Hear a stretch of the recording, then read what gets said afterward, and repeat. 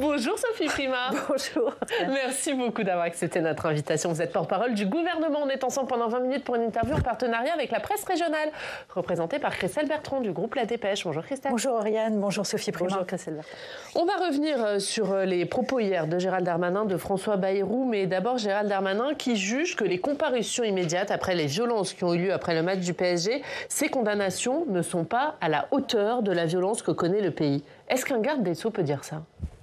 Oui, il peut dire ça car il a pris la précaution de dire que naturellement les juges ont fait leur travail, mais que probablement c'est la loi qui est en cause, la loi qui n'est plus adaptée à la violence extrême que l'on connaît, à cette violence de rue, qui est quasi systématique maintenant, qui est de plus en plus violente et qui touche des enfants, enfin des jeunes de plus en plus jeunes.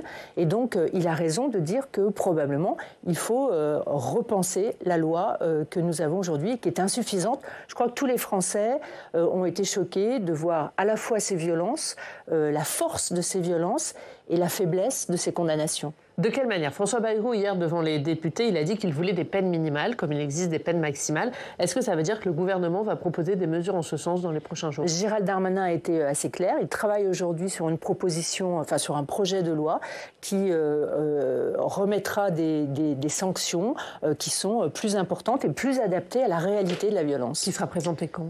Alors, je n'ai pas pour l'instant la date à la fois de sa présentation en Conseil des ministres et à la fois de l'agenda parlementaire qui, vous le savez, est très touffu.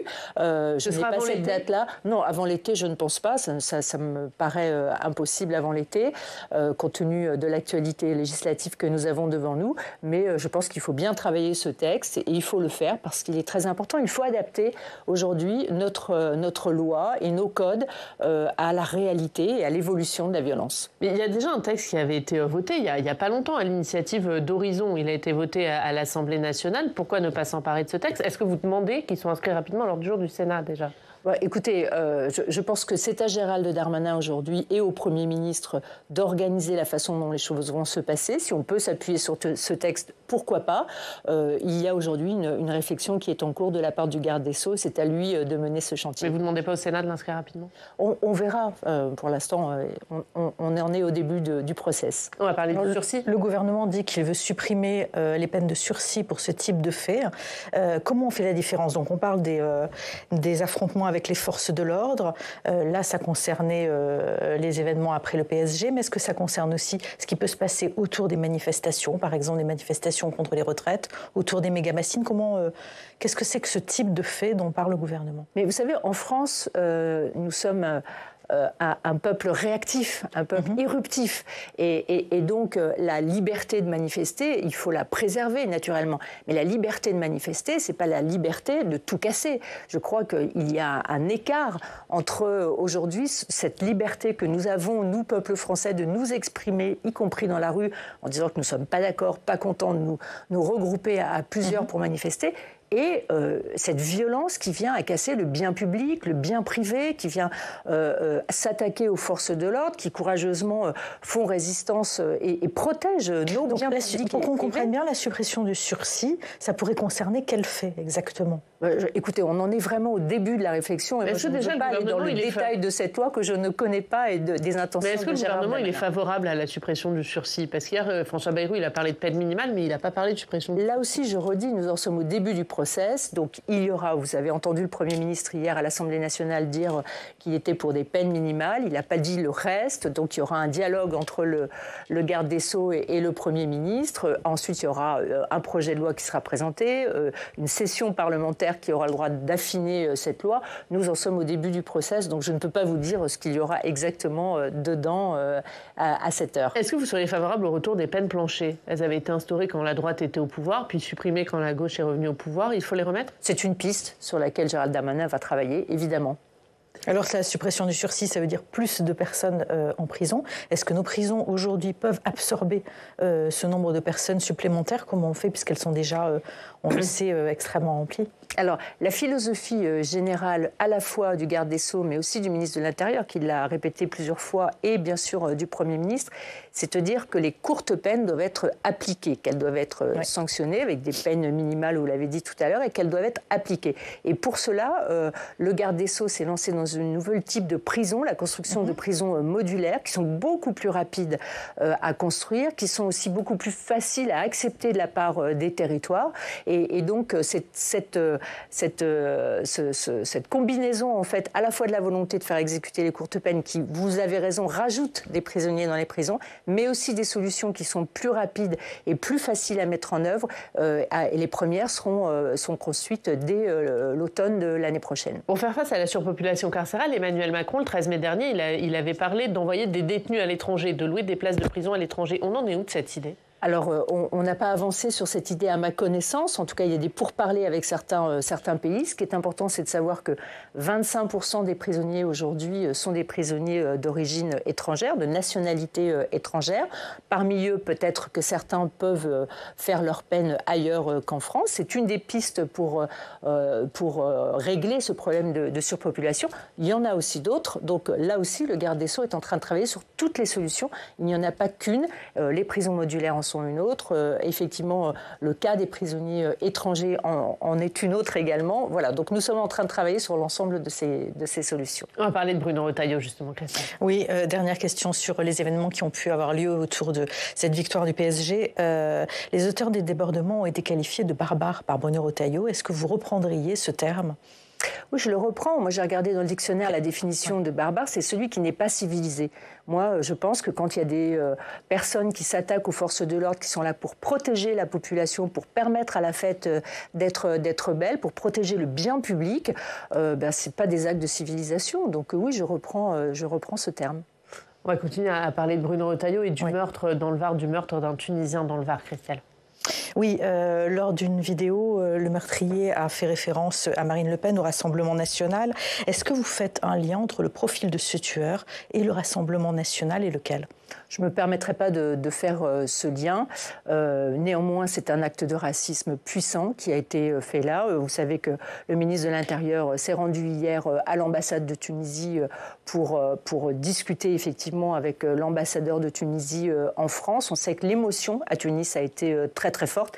Et c'est normal, c'est vraiment normal. C'est un acte de racisme qui doit être condamné avec la plus grande fermeté, naturellement.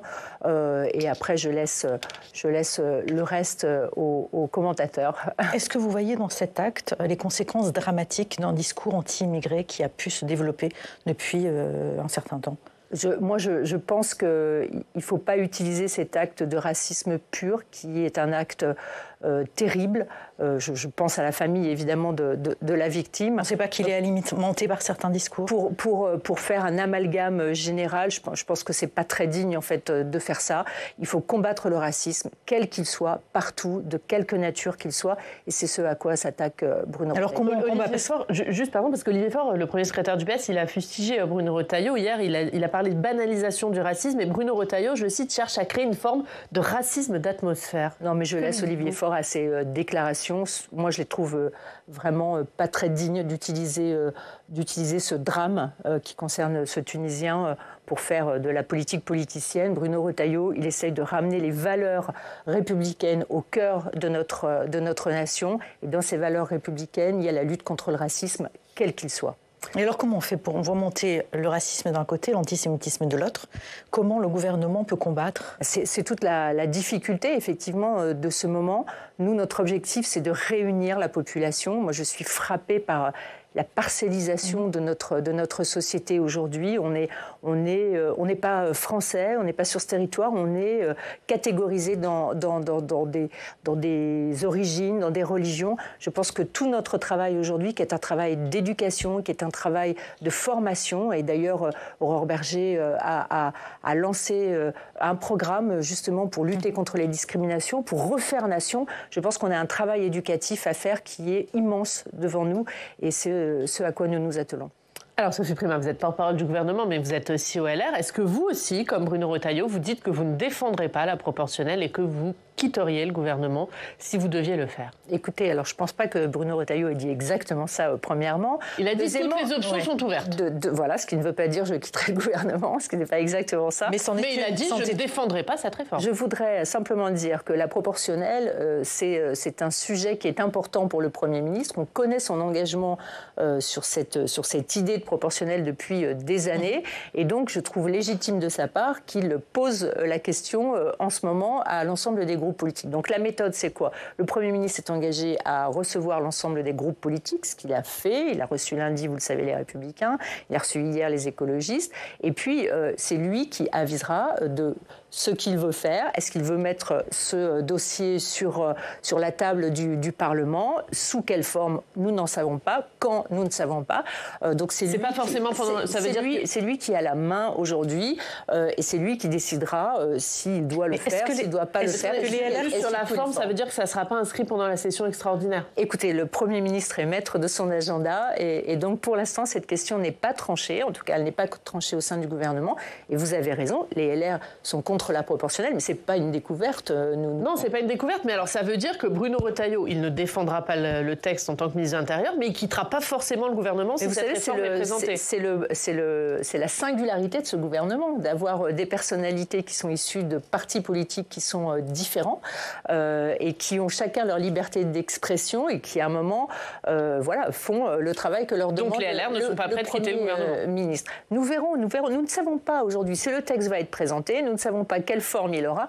Ne faisons pas de science-fiction ou politique-fiction. Voilà. Non, parce que quand au lendemain, le soir même d'ailleurs de son élection, Bruno Retailleau, il a dit que le vote, les 75% qu'il avait reçus, ça validait sa participation au gouvernement. Est-ce que du coup, les adhérents LR comprendraient que vous quittiez le gouvernement aussi rapidement?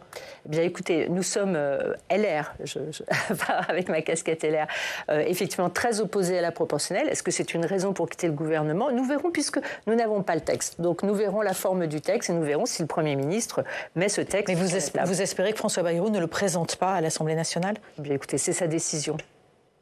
Est-ce que c'est aussi ouvrir la porte à un départ du gouvernement, puisqu'il a quand même dit que toutes les options sont ouvertes? Est-ce que c'est aussi le moyen pour Bruno Retailleau d'éviter le procès en inaction qu'est en train de lui faire le Rassemblement national?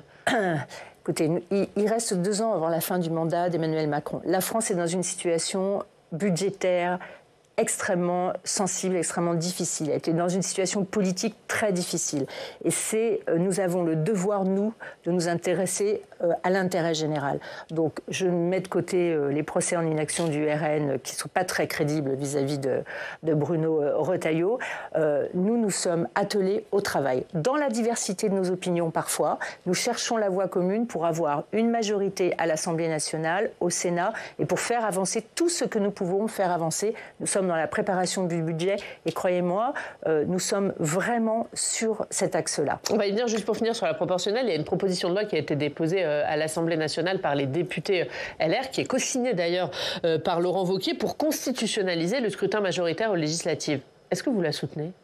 Écoutez, moi je ne suis pas ici pour faire des polémiques. Il y a une réflexion générale. Pour vous, c'est une proposition de la polémique, ça? Non, pas du tout. Mais je ne suis pas ici pour faire de la polémique. Je veux simplement dire qu'il y a une réflexion du Premier ministre qui est légitime, encore une fois, parce que c'est quelque chose auquel il croit depuis très longtemps. Il y a une position des Républicains qui a été affirmée dans la réunion avec le Premier ministre et qui est réaffirmée par Laurent Wauquiez et le groupe des Républicains en déposant cette proposition de loi.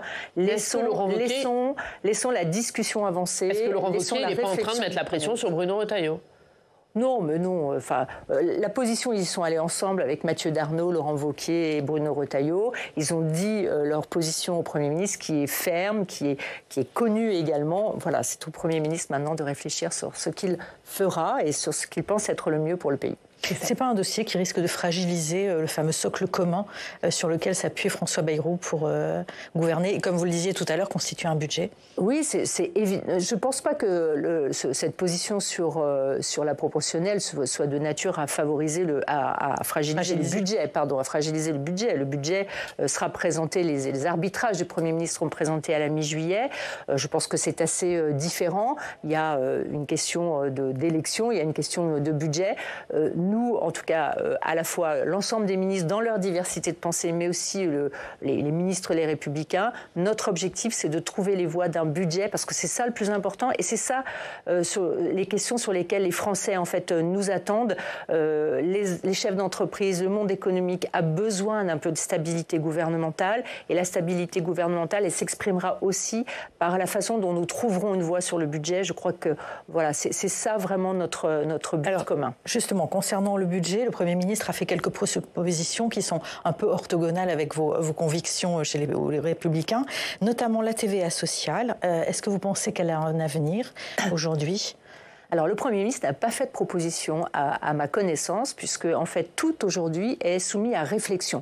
Donc, à la fois Éric Lombard, Amélie de Montchalin sont en train de regarder l'ensemble du budget, de remettre en cause l'ensemble du fonctionnement. C'est pour ça que les directeurs d'administration centrale ont été sollicités pour réfléchir sur la façon dont fonctionne, en fait, l'État, puisque nous sommes bien conscients que si chacun va devoir faire un effort, eh bien, l'administration et le gouvernement lui-même doivent faire un effort. Mais visiblement, ils n'ont pas trouvé de solution satisfaisante pour l'instant. On leur a demandé de continuer à réfléchir, d'être plus ambitieux dans les réformes. Donc, c'est un processus difficile qui sera itératif, qui demandera vraiment des efforts de la part de tout le monde, du gouvernement et de l'État par lui-même. Je rappelle que l'État, c'est 30% des dépenses du budget. Donc, il y aura l'État et il y aura aussi... Mais la TVA sociale, vous vous y opposeriez ? Nous y opposerions. La TVA sociale, vous savez, elle faisait partie du programme de François Fillon en 2017 et elle avait comme objectif, il y a deux objectifs en fait souvent sous la TVA sociale. La TVA sociale ne peut pas être mise pour réduire le déficit. La TVA sociale, c'est un transfert de charges sociales des salariés vers la consommation. Aujourd'hui, 80% en fait du déficit social est financé par le travail. Donc ça, c'est une question qui est une question hors déficit, mais qui est une question très intéressante. Mais il faut quelle TVA sociale pour vous ? Il faut baisser les cotisations salariales ou les cotisations patronales ? Pour le moment, la question de la TVA sociale, elle a été évoquée, mais elle n'est pas du tout tranchée, elle n'est pas du tout décidée. Elle fait partie des solutions comme d'autres solutions et elle sera tranchée au mois de juillet. Alors, pour répondre à votre question, dans le cadre d'un transfert des charges sociales du monde salarié vers la consommation, je veux expliquer aux Français qu'en réalité, aujourd'hui, 80%, je le disais, de la sphère sociale est financée par les salariés, pas par la consommation. L'idée, c'est de faire baisser les charges et de laisser un salaire net qui soit bien plus supérieur et donc qui redonne du pouvoir d'achat aussi aux Français. Alors hier, Bercy a fait passer quelques messages disant que ce budget ne se bouclerait pas sans certaines hausses d'impôts.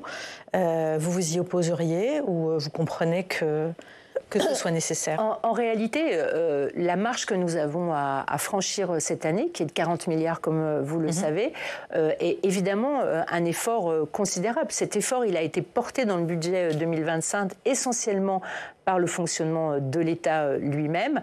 L'année prochaine, il demandera des efforts de tout le monde. Nous nous sommes opposés à une hausse d'impôts. Il faudra donc trouver l'équilibre parfait pour que, à la fin, chacun soit emporté dans cet effort collectif, que l'effort soit effectivement collectif, ne grève pas l'attractivité du pays, ne grève pas le pouvoir d'achat des Français et en même temps soit efficace. C'est un équilibre qui est un équilibre très ambitieux à trouver. Autre sujet sur une question d'actualité, Christelle. Sans rapport avec les sujets que nous venons d'aborder, des sites pornographiques absolument, ont décidé de s'auto-suspendre en France pour protester contre l'obligation de vérifier l'âge de leurs utilisateurs. Est-ce que le gouvernement doit les recevoir pour discuter, pour lever ce blocage ou pas ? Écoutez, c'est un long processus qui a été commencé d'ailleurs quand Jean-Noël Barrot était ministre du numérique, qui a été repris par Clara Chapaz, Aurore Berger. Nous souhaitons protéger nos enfants. La moitié des garçons des 12-13 ans et un tiers des filles de 12-13 ans vont régulièrement sur les sites pornographiques. Donc, vérifier scrupuleusement l'âge des personnes qui viennent sur ces sites-là me semble être une mesure absolument nécessaire. Alors, ces sites ont décidé de se suspendre, de s'auto-suspendre, c'est leur décision. Ça veut dire que le gouvernement ne recevra pas pour étudier la faisabilité et discuter avec eux de ça ? Eh bien, écoutez, je ne sais pas quelles sont les intentions de Clara Chapaz, mais notre intention, en tout cas, c'est de faire respecter la loi. Quoi qu'il en coûte, pour ces sites, ça ne fait pas beaucoup de peine s'ils s'arrêtent. Il y a un texte qui est examiné en ce moment au Sénat qui vise à freiner la fast fashion. Et les principales fédérations de commerce en France demandent au gouvernement le déréférencement des plateformes comme Shein, comme Temu, qui sont ces plateformes d'ultra fast fashion. Que va répondre le gouvernement aux fédérations de commerce ? Le gouvernement travaille beaucoup, d'ailleurs, sur des propositions qui sont des propositions parlementaires sur cette question d'ultra fast fashion. En réalité, il y a 2 sites bien connus qui font aujourd'hui, qui ont une part de marché qui est impressionnante sur le textile. Ça a des impacts sur notre commerce, sur nos sites et nos propres diffusions de textiles, on va dire européens d'une façon générale. Et puis, moi, je suis très frappée par le fait que ces sites diffusent quand même des produits qui sont de l'ultra fast fashion, faits dans des conditions sociales très curieuses, en tout cas, qui sont assez loin de nos modèles européens et avec des conséquences environnementales qui devraient toucher les jeunes, qui devraient vraiment toucher les jeunes et qui conduisent non pas à un accès et à un pouvoir d'achat supplémentaire pour les Français, mais à une ultra-consommation. Alors, moi, je suis plutôt quelqu'un de droite, je ne veux pas freiner la croissance, etc., mais là, on est dans vraiment... mais est-ce que, du coup, il faut les déréférencer ? Est-ce que vous allez répondre oui aux fédérations ? Alors, déréférencer, ça demande des supports légaux qui sont au-delà des capacités même de la France. Il faut faire ça avec l'Union européenne. Donc nous sommes en train avec l'Union européenne, et la France est leader vraiment là-dessus, de demander au-delà des 2 € qui vont être demandés par l'Union européenne par colis, qui sont un premier frein. Nous allons demander à l'Union européenne d'aller plus loin, notamment sur la durabilité des produits, pour empêcher vraiment, soit pour améliorer leur modèle à eux, mais surtout pour empêcher et protéger nos consommateurs français. Vous savez, c'est un facteur de pollution énorme, puisqu'en fait, ces produits-là ne se recyclent même pas. Donc aujourd'hui, on a des ballots de textiles qui partent, dont on ne sait même plus quoi faire, et qui partent dans d'autres pays et qui viennent remplir les plages, les océans. Voilà, ce n'est pas supportable. Autre texte examiné au Sénat, c'est la réforme du mode de scrutin pour les municipales à Paris, Lyon, Marseille, la loi PLM. Ça a été rejeté hier, clairement par les sénateurs. Est-ce qu'il faut abandonner ce texte ? C'est une décision que prendra le Premier ministre. Le texte peut continuer son chemin. Le Premier ministre pourra convoquer une commission mixte paritaire s'il le souhaite. Vous avez envie qu'il la continuer. Écoutez, mon avis ici ne compte pas puisque je suis porte-parole du gouvernement, mais vous savez que je suis une ancienne sénatrice et donc c'est la décision du Premier ministre de faire perdurer ou pas ce texte-là dans la navette parlementaire. Vous pensez qu'il le fera ? Il soutient ce texte, lui. Vous pensez qu'il le fera ? Il soutient en effet à titre personnel ce texte, mais je ne veux pas préempter sa décision. Encore une fois, c'est le Premier ministre qui prendra cette décision. Un mot sur les municipales, puisque vous étiez sénatrice des Yvelines. Est-ce qu'il y aura des alliances entre la Macronie et les LR dans les Yvelines ? Mais vous savez, je crois qu'on parle beaucoup d'alliances. Les élections municipales ne ressemblent à aucune autre élection. Une élection municipale, c'est l'histoire d'une femme ou d'un homme sur un territoire, de sa relation avec les habitants de sa ville et aussi entouré d'une équipe. Un maire n'est pas seul dans cette aventure. Donc ça correspond à des logiques politiques qui sont différentes de ce qu'on connaît sur le... Je vais vous donner mon propre cas. Lorsque j'étais maire d'Aubergenville, en 2014, les habitants d'Aubergenville m'ont fait l'honneur de m'élire à 80%. Je vous promets que dans ma ville, il n'y a pas 80% de LR. Donc c'est vraiment une autre logique. Et dans mon équipe municipale, il y avait des sensibilités. Mais il pourrait y avoir des listes communes. Donc est-ce qu'il y a des alliances ? Forcément qu'il y a des alliances, mais elles sont naturelles partout, sur tous les chiquiers politiques, parce que dans une équipe municipale, nous étions 33, je n'avais pas 33 LR dans ma liste municipale. Et donc ces alliances, elles sont de fait mais vous dans la sensibilité. Vous souhaitez qu'il y ait un maximum d'alliances ou pas ? Moi, ce que je souhaite, je ne sais pas si on appelle ça des alliances ou si on appelle ça des candidatures communes, on peut dire. Des listes communes. Des listes communes. Ce que je vois, c'est que quand il y a des bons maires, et quand il y a des dangers d'arriver de l'extrême, il faut avoir la sagesse de se dire on reconduit les bons maires. Merci Sophie. Au-delà des alliances politiques. Merci beaucoup, merci d'avoir été notre invitée. La une de la dépêche, c'est le vaccin contre le cancer. Et à la une, bientôt un vaccin contre le cancer. C'est la question de la une de la dépêche. Merci Christelle, à la semaine prochaine, on passe au Club des Territoires.